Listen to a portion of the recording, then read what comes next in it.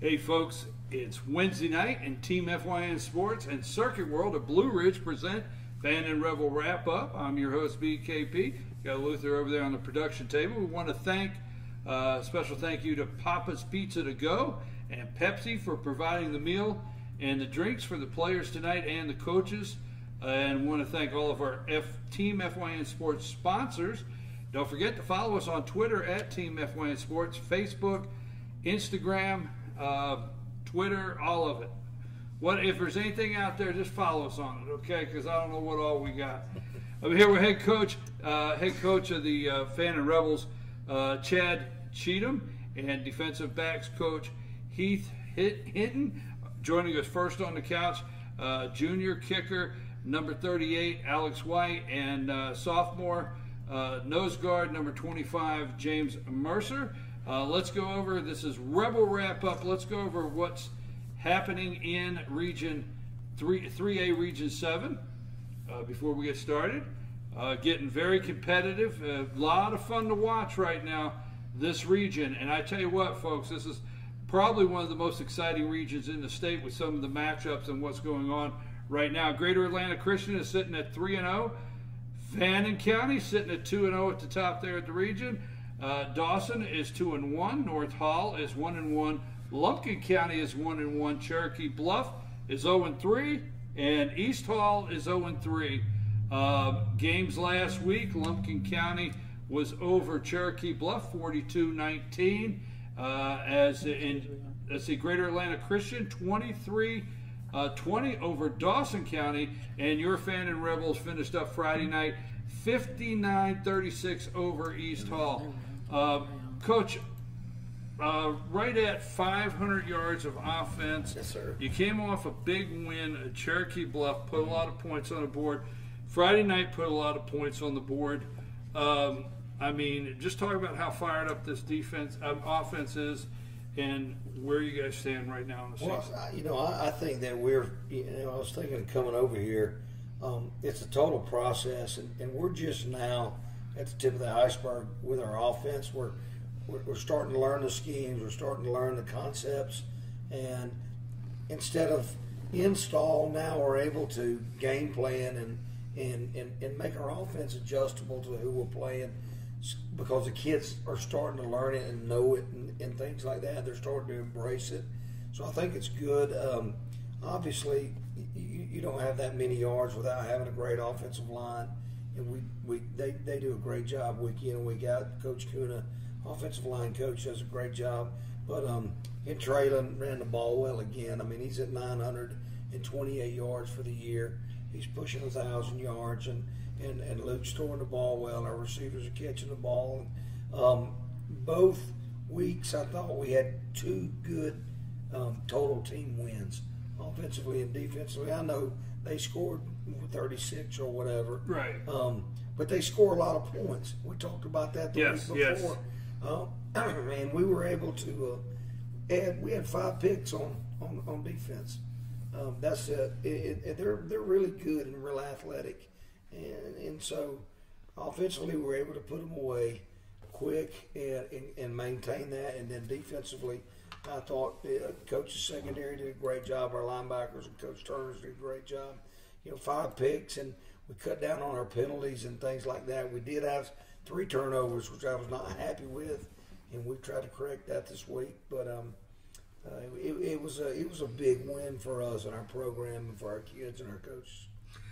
Coach Hinton, let me ask you this: being defensive back coach, when the other night, and I was watching this game and looking at some stats, I was wondering if their quarterback thought that his receivers were wearing a different jersey at one time.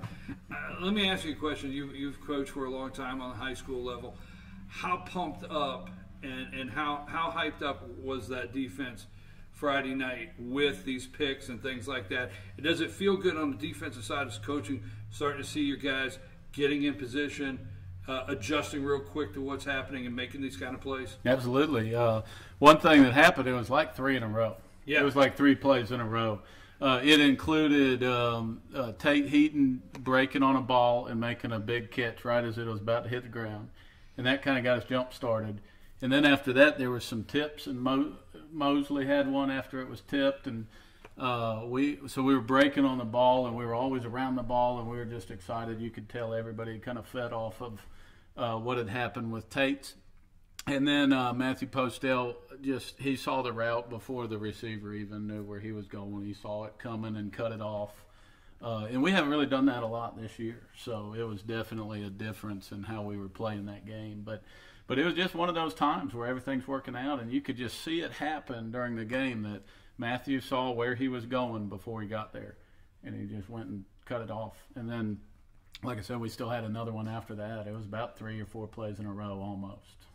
Coach, let me double back. Let me get these guys in a minute, but let me double back on how does it feel when you're on the sideline and your team's starting to. I mean, the team's played well all year, but now you're in region play, and this is where you want to step up, and you want to see them make things happen on the field. That's why I say not just go out there and play the game, but make things happen. And this team is starting to make things happen when they're out there. I think so. I think they're very excited, and we've challenged them, and they've stepped up to the challenge. And one of the things I told them is Friday night before the game is you don't have to be better than everybody you play, but you have to be greater than you ever thought you could be. And we did that Friday night. We had 22, 25 guys playing better than they ever have before. And that's what it's going to take to get into the playoffs and to be competitive. We got kids like James and Alex and those kids at Campbell, Cosentino, who are playing way above their potential with great motors.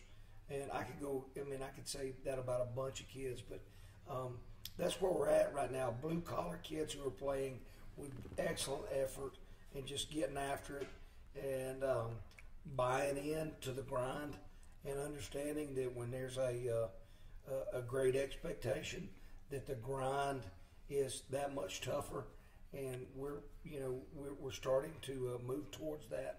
And expecting to win is a big thing. Well, you're going out there now, and it's just obvious the team. You got 11 guys that want to play. Sure. And when you have 11 guys that want to play, you can make something happen. That's exactly right. Let me get you guys in here. Alex, you're a kicker. You're a junior. You do field goals. What all do you do in kicking, kickoff, everything? And how long have you been kicking? How much you enjoy it? Just elaborate on that a little bit. I'm going in. This is my 3rd year for kicking. I started out as a freshman. Didn't really come in from a soccer background. I watched football. I knew everything about it. But it's just something that I enjoy doing. It's something that I've kind of shown that I'm getting better at, and I keep improving every single day. I'm getting stronger with my legs. I'm getting faster, even if I do a triple middle, which onside kick to myself, and it's walking the dog. Pretty much.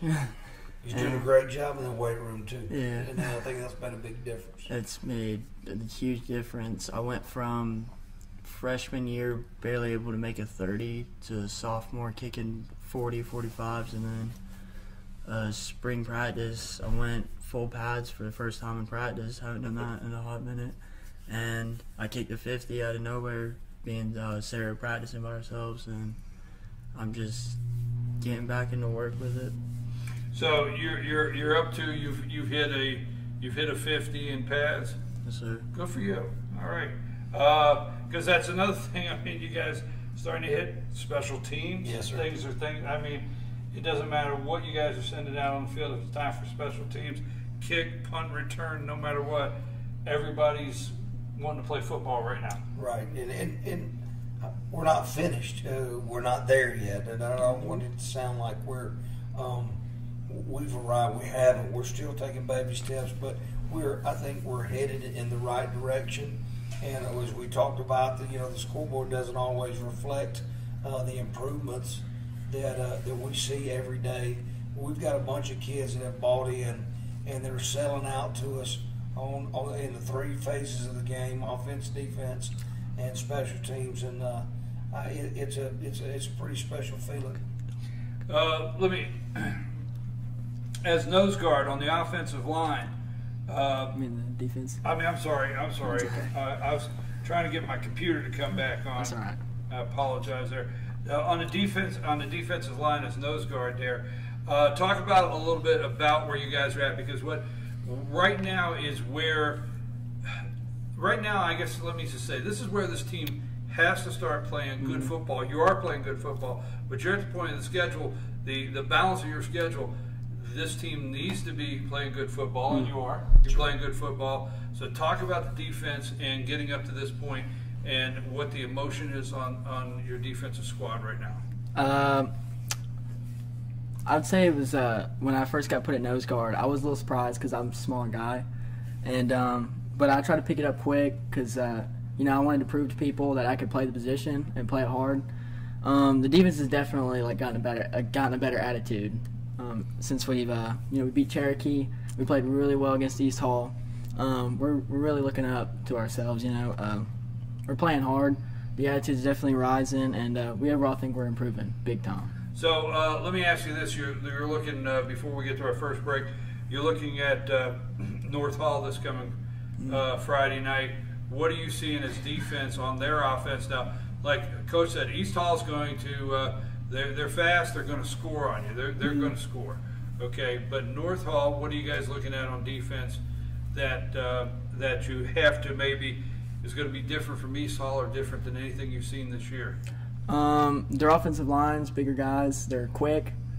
East Hall, their center was quick first couple plays, but he got real tired. And but I've heard North Hall they execute really crisply and they do their job. So I'm definitely expecting a more aggressive offensive line, and they are going to score points. That is that's football. It's competitive, but we're going to do our best. Well, you're a sophomore. How do you like the position that you're in right now on the team? You like that? I do like nose guard. Well, you're a sophomore. You're a smaller guy, but Yeah, I could see you coming over here on the couch in 2 more years. We call him Mad Dog. Mad Dog Morrison. Yeah. I mean, he plays. I don't know how much he weighs, but he plays 100 pounds. 150. Yeah, 100 feet. He plays 200 pounds. He plays. His effort and motor is tremendous. Well, that's great. Let me ask you this before we go, because I ask every week. Alex, this week, I know kicking, the things you work on, but when you left Friday night and you come back to practice, what do you you said critique? Did you critique? I can't even say it. Critique yourself, and what can you do better? What happened tonight, man? What do you need to get better at? Critique yourself. What do you critique yourself on and say, this is what I got to work on? I would say my kickoff. Most kickers now, you got GAC, Union's kicker, Dawson's. They're all putting it in the back of the end zone right now, and this has kind of been my hurdle that I have to get over to myself, because I know I have the leg. I know I can do it. It's just basically mind over body, because I think it's being consistent. Yeah. I mean, you put one in the end zone Friday night, and we've got to be able to do that. It sure does help a lot when you can do that every time. And he works every day. He's a lot of flexibility, and like I said, the weight room's killed himself. So I think it's coming. What do you critique yourself on? Like when you left Friday night, what'd you come back and say? I need to work on this week. A couple times on Friday night, I was getting too high, and I had to stay low. I'm not gonna be able to beat these 300-pound guys up high. So I gotta stay low and quick. And I've been trying to work on my hands, like being good with my technique. I'm at practice. I've been trying to club the arms down, because if they get a hold of me, I mean, like ragdoll. But they won't. I'm trying to stay low so they can't get their arms on me and their hands and grab me. So working on my hands. I appreciate it. We've had, excuse me here, folks. We've had Alex, number 38, the kicker, Alex White here, and number 25, James Mercer, nose guard. We're going to take a brief break, and we're going to have on the other side of this break, Will Mosley's going to be in here, and Micah O'Neill. And by the way, Cody, your jersey's okay. I know you watch the show just to make sure I'm taking care of your jersey. It's okay, Cody. All right, so don't forget. Hey, thank you, Circuit World here in Blue Ridge, at Papa's Pizza to Go for the meal, and Pepsi for the drinks, and we'll be back right after these messages.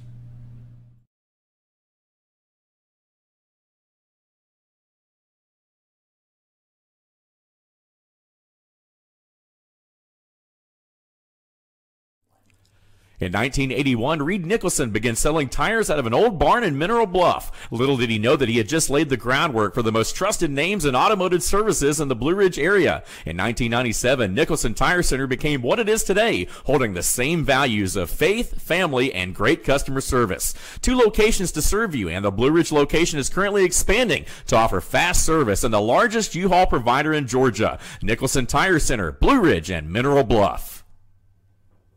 Circuit World, with multiple locations to serve you in Murphy and Franklin, North Carolina, Blairsville, Blue Ridge, and Ellen, Georgia. Locally owned and operated since 1985. Appliances, electronics, and furniture. Name brand products like LG, Samsung, Dell, Whirlpool, Ashley, Catnapper, and more. No credit check, only 10% down on furniture, and only $10 down on any new lease purchase. Mention FYN10 for your special deal today at Circuit World.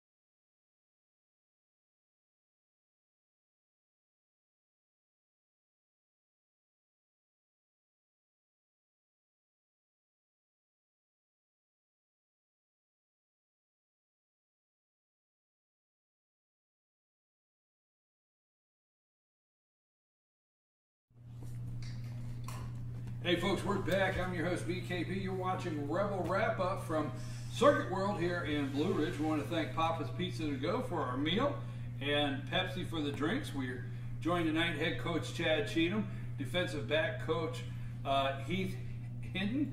Got 2 new guys on the couch here. Got Will Mosley and number 35 Will Mosley, a junior, fullback linebacker, and number 52 Micah O'Neill, and sophomore offensive guard and linebacker. We're talking 3A Region 7 football. Let me just go over a couple things if you just joined us on this second half. Well,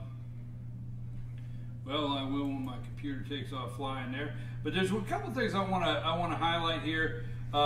Yes, the team, playing as a team, 11 guys want to play football, want to win. Don't want to leave anybody out, but I do want to give some shout outs. Luke Holloway, 6 for 10 for 148 yards.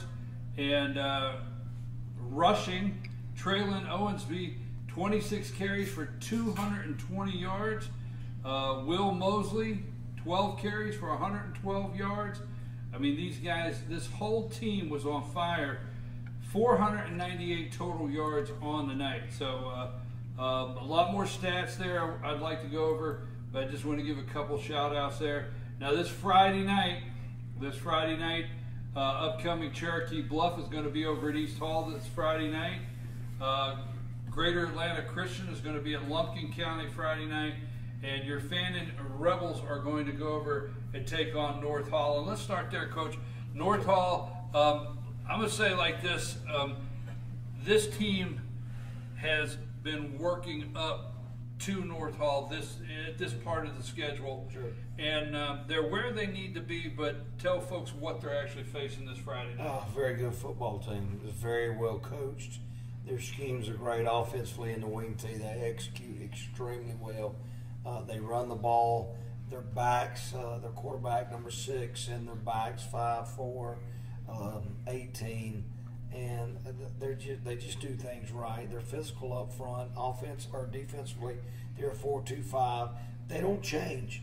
they're confident in their scheme, and they just come out and say, hey, look, we're going to beat you with what we do. We're not going to change. We're not going to adjust. If you can stop it, fine. If you can run against us, fine. But we're not changing anything. And man, just hats off to their coaching staff. They're solid in all facets of the game, both three phases. And we've got to, we got to play mistake free, and we got to get some help we can do that. I feel like we match up well with them if we play as good as we can play, if that makes sense to you. Well, let me ask you one more question, and I want to ask about the offense in a minute, what you guys are seeing on the defense. I always say after two games like Cherokee Bluff and East Hall, how is it with high school football players? You obviously you want to keep them up, but start to refocus them from who they've been playing to who they're going to play now Friday night. How is that during the week to get them a little refocused on the next opponent? Well, the good thing is this group you don't have to really refocus because they're young and they're hungry. The thing that we're trying to do is help these young guys to believe that they can win. And when you give great effort and you execute well, you can win football games. It doesn't matter talent-wise or whatever, because we know that determination and effort and execution and those type of things will trump talent anytime. So these guys are hungry and they practice that way. We really don't have to coach a lot of effort because they give it, and I think that will pay good dividends to them on Friday nights and the Friday nights to come. North Hall Friday night, Coach Hinton, on the defensive side, looking at film with your players, you see how your players have been reacting. What are you guys looking at that you're up against on their offense coming at you Friday night? Well, they run the ball mostly, which is a little different from a couple of teams we've played more recently. They're going to mainly run the ball. I look at a lot of it very similarly, though, because I still feel like we got to prevent them from getting an easy touchdown on the deep ball. And we still got to do a great job tackling, so we make them keep running a play, another play, and another play. That was our main focus last week. Talked to the guys in the locker room, like, just make the tackle. Get up, get ready for the next play, and we'll make something happen. And, we had an interception in the end zone fairly early in the game, partly because we made a good open field tackle a couple of plays before that. So I think that's still really important. Maybe it's not the quick screen. Maybe now it's the wide run, the sweep or something like that we have to tackle on. But then maybe it's not just the quick fade on the deep ball, but now this week it's the play action deep ball. So it's still more or less the same thing. The DB's got to get deep and play great in coverage, and everybody has to pursue and make good tackles. Well, let me ask you a question. Congratulations Friday night on a great game. You guys had some back-to-back awesome games. You couldn't start in a region any better than you are this year. Talk about the enthusiasm, what the team feels like right now. Where you guys feel in the region? What do you guys feel like right now? We feel great right now. Really confident about who we got and where we got them right now. I feel like we can play North Hall as good as we played anybody if we execute. So you guys have played North Hall before. You know the team. You're a junior. Have you been on the team since you were a freshman? Yeah. Talk a little bit about where you're at this year on this team. Just over your high school career, what the differences are this year. In the past, there's been no discipline. You haven't been held to anything, no standards. It's more like chaos the last few years. And now it's like gotten order to everything. What do you see? And you're on both sides of the ball, so talk a little bit on the linebacker side and also being a fullback running the ball. Talk a little bit now. He says, Coach says, they're going to run at you. They're going to run the ball, not pass as much. So on the defensive side, what are you guys seeing with North Hall Friday night? At linebacker, you really got to watch, where their guard's going and where their fullbacks are going, because they're going to lead you to the play every time. What about on the defensive side? The defensive side? Yeah. What are you seeing in there? And on the offensive side, running the ball. I'm sorry. What do you see on offense as far as North Hall? What you guys are up against Friday night? They run a 4-man front, and they're physical players. they'll get after you. We just got to win that matchup. Michael, let me ask you, number 52, Micah O'Neal here with us, linebacker, also offensive guard, sophomore. Now, have you been on the team since you're a freshman? Yes, sir. All right, so you played last year. Talk about the enthusiasm. Now you're on the you're the offensive guard. Talk about the front line, because when I always get linemen together, talk about the front line and how well you guys are working together at this point in the season. I feel like we're working pretty good. We're really working hard at practice, and we're communicating well, and we're really getting stuff done and really getting a push, or when it's pass blocking, we're really giving our quarterback time to make a good play. You know, I'm glad you brought that up, because at the beginning of the year when I was watching that, we talked to Luke and we talked to Kendall and some other guys about just needing that couple more seconds, or just being off, the timing just off a little bit. And obviously here that's coming together. So when you pass blocking, you guys are doing everything to give your quarterback time to make the play, and it's showing up in the end zone. What about on the defensive side as a linebacker? What's it like, the unity on the team this year? How do you guys feel? I keep saying that over and over. I feel like I'm a broken record, but it's got to be exciting out there on the field as a team, knowing, hey, we can do this. We can play these guys. Yeah, it feels great when you make a play and you know that as a team you're finally seeing some results. And when you work hard in practice and you run inside drill and you run team and you're trying to get stuff down, and then you go in the game and you're tackling for losses and getting sacks and making them punt the ball, having 3 and outs, it just feels great that you're seeing results from what you've worked really hard to get. Well, there's nothing like when you can't wait to get back out there. When you come off the field and you can't wait to get back out there and play again.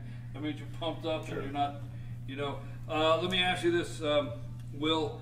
Every week you leave Friday night, very big game, but still yet, what do you critique yourself on? What did you say Monday that you could do better, you need to work on this week? Ball security. Definitely ball security. Keeping the handle on it? Mm-hmm. Micah, what was that for you? For me, it'd be body language. Of when I get tired, I kind of have a habit of slowing down, and I just need to work on, even when it gets hard and you're tired and you're hurt, and you just got to go hard every play until the game's over and you have nothing left. That you have to give it all on the field. So your body language, you say that you don't want your opponent to see that see that you're starting to feel it at the end of the game. You just got to stand up straight, hustle to the ball, and you got to stay strong and knowing that you have 10 other guys on the field that are dependent on you to do your job. And if you're too busy worrying about yourself and how tired you are, and you're slumped over and you're not getting a call from the coach, and then your whole defense just isn't working and it's your fault, I just really have to work on really staying strong for my team and not letting being tired or being hurt affect my team, and I have to be able to do my job to the best of my ability for my team. And I think that's important, because we preach body language. I think that's huge. I think at all levels. If you look at East Hall's body language in the second half as compared to ours, you could definitely see a deflation in the way that they approach the game. And we did a competition a couple of weeks ago in our off week, and we split the teams up, and we had a competition, and we had a halftime and a full. But you could see, I was stressing to them how important body language is when you're up or when you're down. Doesn't matter. You got to continue to do those things that you don't want to do. And my last thing I told him before we left the locker room was something that he said, "Hey, it's just be great. Just be great today. Just be great today." And he alluded to that. And man, these kids are awesome, and this coaching staff is just next to none. Best I've ever been around. Guys, let me say something before we go. I want to thank you and the other guys that were in here earlier, because I tell you what, it's nights like this, you guys remind me why I do this, and I really enjoy it. Thank you. In the beginning of the year, the last thing I want to ask you, in the beginning of the year, we talked about the team. If you're going to get beat, make the team beat you. Sure. Don't take yourself out of the game. Mm-hmm. And early on in the season, there was a couple situations where you guys had the game and you took yourself out. Sure did. Right? Remember we talked early on? Yes, sir. And that seems to be one of the biggest turns I've seen, is they're not taking themselves out of the Well, game. you just listen to Will talk, and he says, what can I critique myself on? And he says ball security, and we've preached that. And then Micah says body language, and we've preached that. And, Alex and James talk about those type things. It's not just about football and technique and things like that. It's about perseverance and determination and all of those things that go into it. And they're learning that when they give great effort, that the execution will take care of itself. And so we're not there. I mean, we've got 4 very tough games. We got to win one to get in the playoffs, and every opponent we play is better and better and better and better. So we've got to play better and better and better. But they have bought in. They go to work every day, 2 hours and 45 minutes, and they get after it and do what they're supposed to do. It's been really good. Coach, I appreciate it. Coach Hinton, thank you for being here tonight. Again, we've had Alex White, James Mercer, Will Mosley, Micah O'Neill. Although you may not have been on the show, let me give a shout out to each and every one of those Fan and Rebel football players out there. You guys are doing an awesome job. A lot of fun to watch. Great season. Look forward to Friday night. Your Rebels are headed over to take on North Hall. Go over and support the team. Fan and Rebels headed over to North Hall Friday night.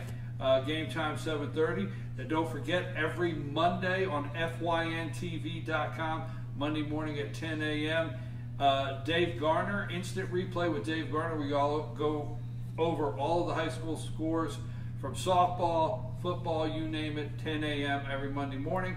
Want to thank Circuit World here at Blue Ridge and Papa's Pizza to Go for the meal and Pepsi for the drinks. Follow us on Twitter, Instagram, and Facebook at Fetch Your News.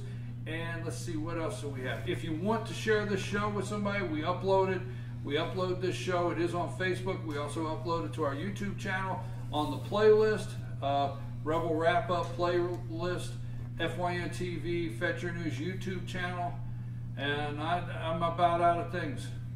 But don't forget, Team FYN Sports, always highlighting and promoting young athletes in a positive way. Thank you, Luther. Let's go home.